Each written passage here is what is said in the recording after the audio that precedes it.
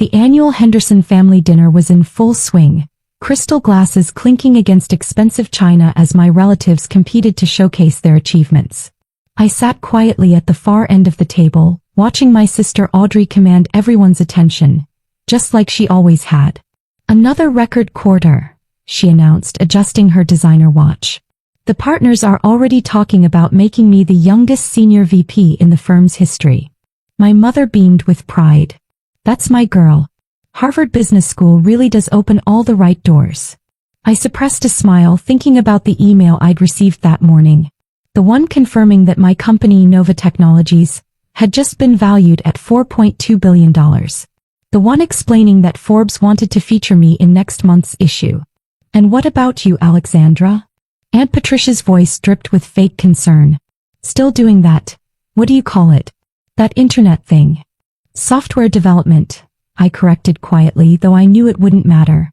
To them, I was just the family disappointment, the one who'd turned down a real career to chase some tech dream. "Right," Audrey smirked. "Because that's totally the same as managing billion-dollar portfolios." If only she knew that my latest algorithm had revolutionized artificial intelligence trading. That her firm's recent successes were partly due to software my company had developed. But I kept quiet, maintaining the facade they'd grown so comfortable with. "Alexandra," my father sighed, swirling his expensive bourbon, "when are you going to get serious about your future? You're 28. It's time to stop playing with computers and join the real business world." I thought about the acquisition offers sitting in my inbox: Google, Microsoft, Apple. Each one worth more money than my entire family's combined net worth. But they didn't know that. They'd never bothered to ask. "I'm doing fine, Dad." "Fine." Audrey laughed. "You live in a rented apartment and drive a used car. Meanwhile, I just bought a penthouse in Manhattan." With Mom and Dad's help, I couldn't help adding. The table went silent. Audrey's face flushed red. "At least I'm successful enough to deserve their help," she snapped. "What have you accomplished?" "A tiny startup that nobody's ever heard of." My mother jumped in, trying to smooth things over. "Girls, please. Alexandra, honey, there's no shame in admitting you need a new direction. Your sister could probably get you an entry-level position at her firm." "That's right," Audrey said, her voice dripping with false generosity. "I'm sure we could find something suitable. Filing maybe? Data entry? You're good with computers after all." More laughter around the table. Even my father chuckled. "I'm happy where I am," I said softly. "Happy being a nobody?" Audrey shot back. "Face it, Alexandra. You'll always be a nobody.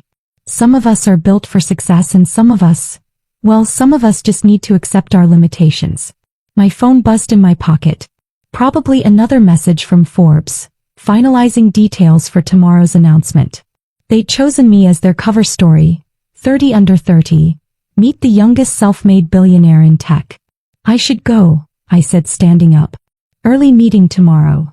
"Meeting?" Aunt Patricia scoffed. "In that shabby little office you rent?" What they saw as a shabby office was actually just a front. Nova Technologies' real headquarters occupied 3 floors in the city's most prestigious building. But they'd never bothered to visit either location. "You can't leave yet," my mother protested. "Audrey hasn't even told everyone about her new summer house in the Hamptons. Bought with my latest bonus," Audrey preened. "Though I suppose that kind of success is hard to understand when you're still trying to make it in this startup world." I paused at the door. "You know what the funny thing is? All these years, you've never once asked what my company actually does. Why bother?" Audrey waved her hand dismissively.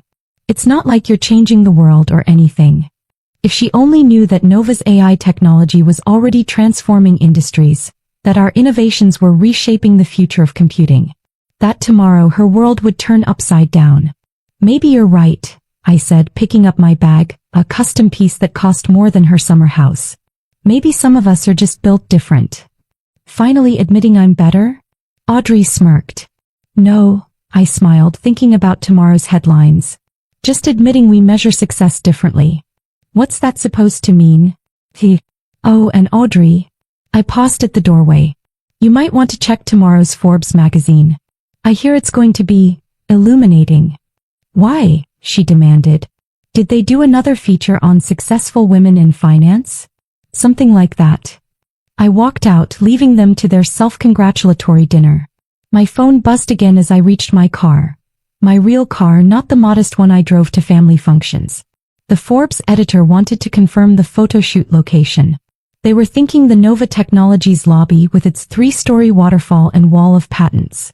I typed back a quick response, then started the engine. Through the window, I could see my family still gathered around the dinner table, basking in their perceived success, completely unaware that their world was about to change. Tomorrow they'd learn what real success looked like. Tomorrow they'd discover that the sister they'd dismissed had built an empire while they weren't watching. Tomorrow, they'd understand exactly what they'd missed while they were busy measuring life in summer houses and designer watches. But tonight I'd let them enjoy their last few hours of thinking they knew what success meant. After all, the best revelations are the ones you never see coming. The next morning, I sat in my real office, the one with floor-to-ceiling windows overlooking the city, watching the Forbes article go live. My phone started buzzing immediately as the news spread. Alexandra Chin, the 28-year-old billionaire revolutionizing artificial intelligence. Your sister's been calling non-stop, my assistant informed me. Along with your parents, 3 aunts and various cousins. I glanced at my phone's screen. 47 missed calls, 112 text messages and counting. The family group chat was exploding. Audrey, this has to be a mistake. Mom, Alexandra, call us immediately.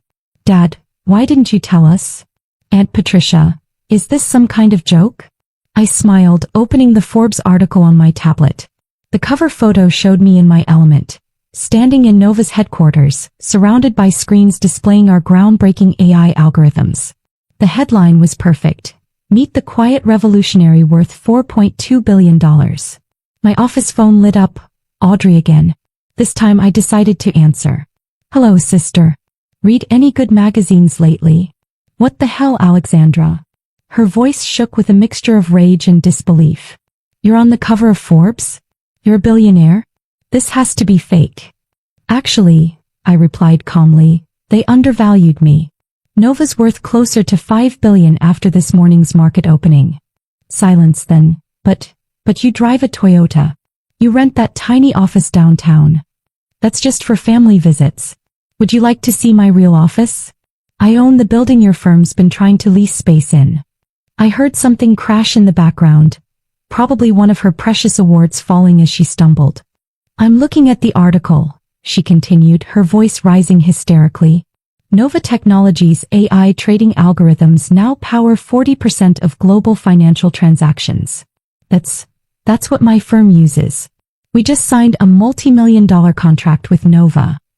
I know. I rejected your first 3 proposals personally. The price needed to be higher. Another crash. You're my vendor?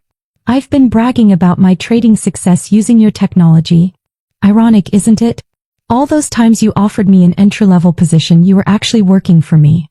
My other line beeped. My parents calling. Hold on, Audrey. Mom and Dad are on the other line. Alexandra Marie Chin. My mother's voice carried that familiar tone of command that had stopped working on me years ago. What is the meaning of this? Why didn't you tell us? Tell you what, Mom? That I was successful? You never asked. Too busy celebrating Audrey's summer house to notice what I was building. But, $5 billion? My father cut in. That's more than our entire extended family's worth combined? Yes. Quite a bit more, actually. I pulled up another screen, the one showing the current value of my various investments. Dad, you might want to check your portfolio. Those safe stocks you invested in? I own controlling interest in most of them now. I heard my mother gasp. Alexandra, we never meant to. To what? Dismiss me? Mock my choices? Tell me I'd never amount to anything? I kept my voice level. You know what the funny thing is? If you'd bothered to Google my company even once in the last 5 years, you'd have known all of this. The line beeped again, Audrey rejoining the call. This isn't fair. I did everything right. Harvard, finance, the corporate ladder.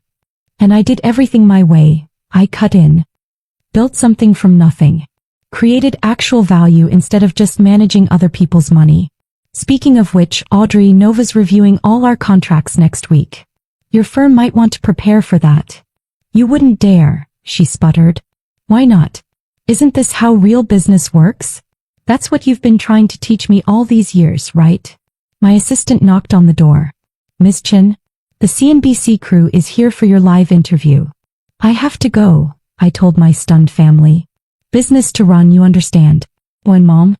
About that tiny apartment I rent? I actually own the building. All 30 floors of it.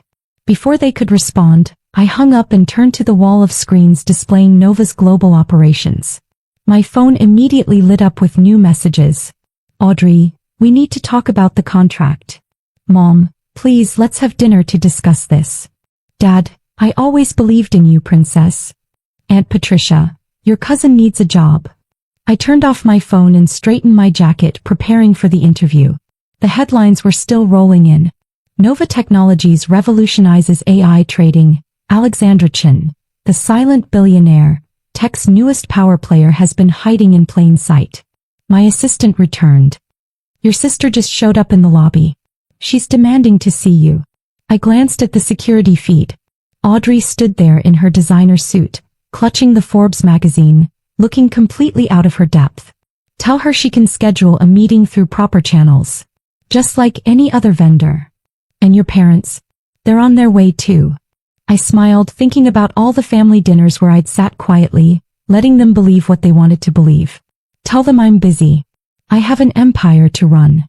As I walked into the interview, I could see my family's messages still pouring in, desperate attempts to be part of a success story they'd never believed in.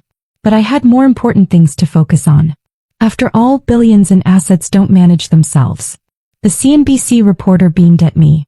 Miss Chin, you've managed to build one of the most revolutionary companies in tech while staying completely under the radar. How did no one see this coming? I thought about my family, probably still reeling from their morning reading material. Some people only see what they expect to see. They measure success by summer houses and job titles, missing the real innovations happening right in front of them. And now, with everyone watching, I smiled, thinking about the next phase of Nova's expansion. The one that would make today's valuation look small. Now they'll have to watch someone they called a nobody reshape the future. Sometimes the best success story is the one nobody saw coming. My phone buzzed one final time. Audrey again. Please, I need this contract. My bonus depends on it. I turned off the phone and faced the cameras. After all, real billionaires don't have time for small thinking. We're too busy changing the world. Even if some people take a little longer to notice.